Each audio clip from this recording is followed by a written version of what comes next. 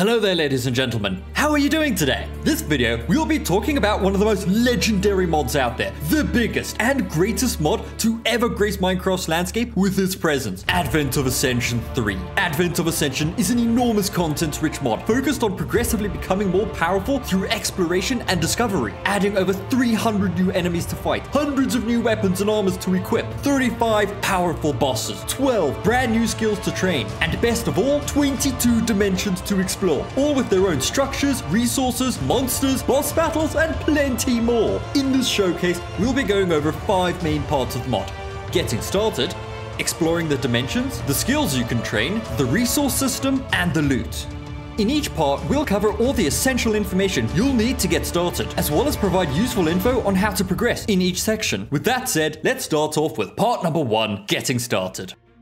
Before we can jump into the ominous dimensions and fight some of the incredible bosses this mod has to offer, we must first spend some time in the overworld, preparing ourselves for what's out there. The land is a much more dangerous place to be, with almost every monster in this mod wanting you dead. You must spend some time gathering some basic resources. In the caves, there are new ores that can help you with creating some perfect starting tools and weapons, like Roseite and Sapphire. Most of these new resources are stronger than diamonds. You'll also find this, Runium ore. Make sure to collect as much of it as possible. I'll explain why later. Now that you've got yourself some starting gear, you're ready to build your first portal to one of the new dimensions. Your objective will be to create an ancient teleporter. To do this, you need 3 things: ancient rock, 5 unique carved runes, and a realm stone. Finding the ancient rock will require you to explore the caves for this rune teleporter. You'll also find a hungry corrupted traveler. Give the poor man some food and he'll drop you this worn book. More on that in a moment. Next up, you'll need to go exploring in Minecraft's vanilla structures to find 4 of the carved runes: the rune of reality, the rune of travel, the rune of space, and the rune of direction. The 5th rune, the rune of power, is crafted like this. Find an appropriate place to create your portal frame. Remember to add in your carved runes and ensure that the rune of power is placed in the center of the frame, like this. Otherwise, your portal will not work. Finally, open your worn book and enjoy understanding some of the new lore introduced into the mod. Also note, it'll give you this realm stone. This realm stone is your base key, and you will be using it to create other keys that allow you to access all of the insane new dimensions. Keep it safe. Also note that some dimensions have arrows pointed at them. That's because each dimension is tiered. The further away the dimension is from the overworld, the more dangerous it will be, and the harder it will be to obtain that specific dimension's realmstone key.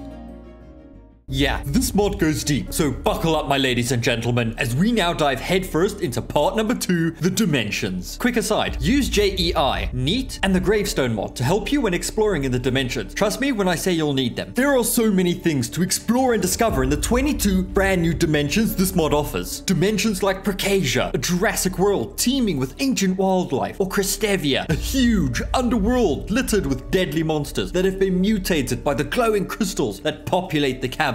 Or Runendor, an ancient fallen civilization that managed to harness the magical prowess of these shrines. And while I won't be showcasing every single dimension this mod has to offer, I'll be showing you the main things to look out for as you traverse each alien landscape. First, make sure you're prepared for the dimensions you wish to explore. Some worlds will require you to wear specific gear in order to survive. For example, the Vox ponds have a poisonous atmosphere, and you must wear a hazmat armor if you wish to survive the toxic dimension. And with our gear prepared, let us now enter our first dimension. Entering your first dimension, there are 2 main things you want to be looking out for: valuable resources and structures. For resources, many of the dimensions will have their own unique ores, some of which are found in the caves or potentially scattered across the walls of the dimension. Other resources will be dropped by the mobs that roam the new worlds. Collect as many of these resources as you can, since they will be essential for getting your hands on the more powerful weapons and armor that this mod offers, including the several variants of guns and staves the mod includes. More on those later. For structures, you can find 4 main types. They can include important NPCs that you'll be able to trade with, using currencies like the tokens for the lotto men who give loot boxes, or the coins for the merchants who you can trade with for some high quality armor. You'll also find several shrines which you can use to farm for these runes, used in spell casting with the new staves in the mod. Some structures will have some extra dangerous mobs that drop some very tasty loot. Finally, other structures can be used to summon insanely powerful bosses. There's a total of 35 to discover across all the dimensions, and many of them have their own unique abilities, like this guy, who can literally split his body into 20 different clones of himself. Or how about the Skeletal Army, who will attack you in waves, overwhelming you as you fight through the myriad of ancient skeletons, wanting nothing more than to see you dead. Or how about Craxius, also known as the Ancient of War? There's a lot more to cover, so let us now dive into part number 3, the skills.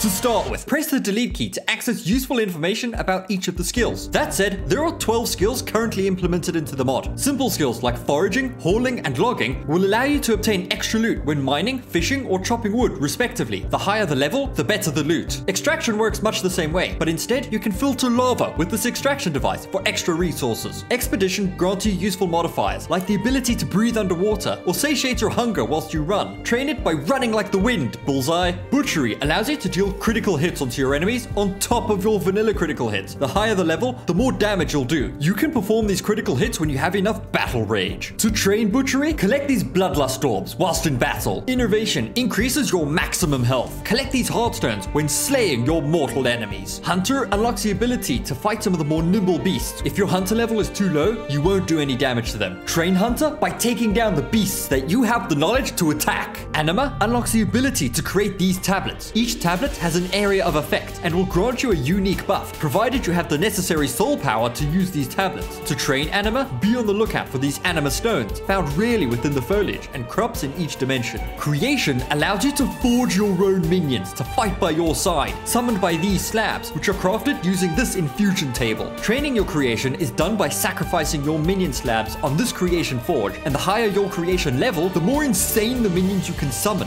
Runation allows you to craft different elemental runes that you can then use with the staves to cast mighty spells on your enemies. To train Runation, use these blank runes, crafted like this, on the shrines found within the many dimensions. By the way, look out for the rune randomization tower. You'll see why when you try it. And finally, Infusion gives you the ability to control your enchantments using the infusion table. To train Infusion, grab these little pixons using a bowl, crafted like this. By the way, there's new enchantments too for all the new weapons. Enjoy.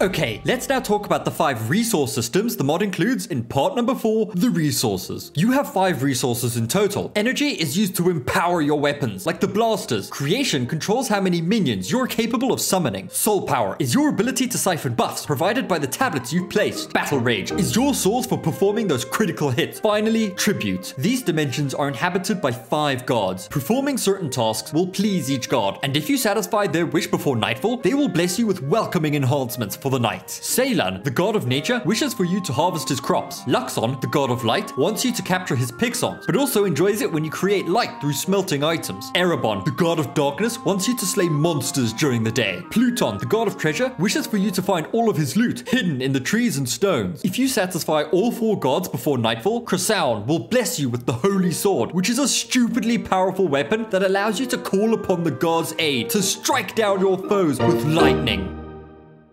Now it's time to show you where this mod really shines, as we finally talk about the 5th and final part, the loot.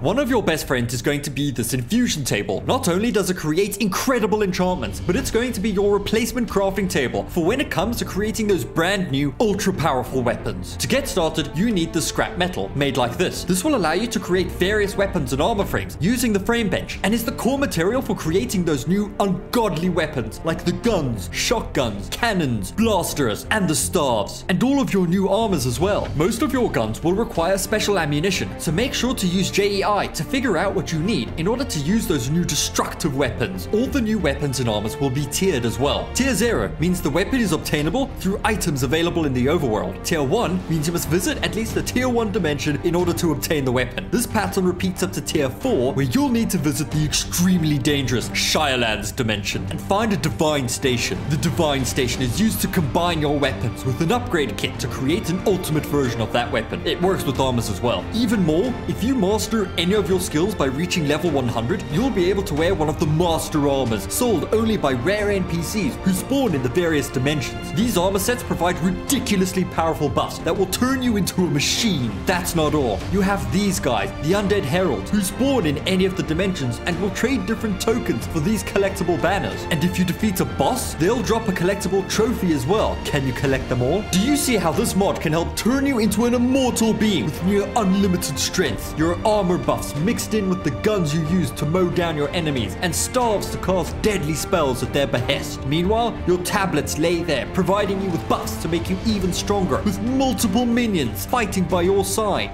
Trust me, you'll need all the strength that you can find, because some of these dimensions and bosses are ridiculously strong. Ladies and gentlemen, thank you for watching.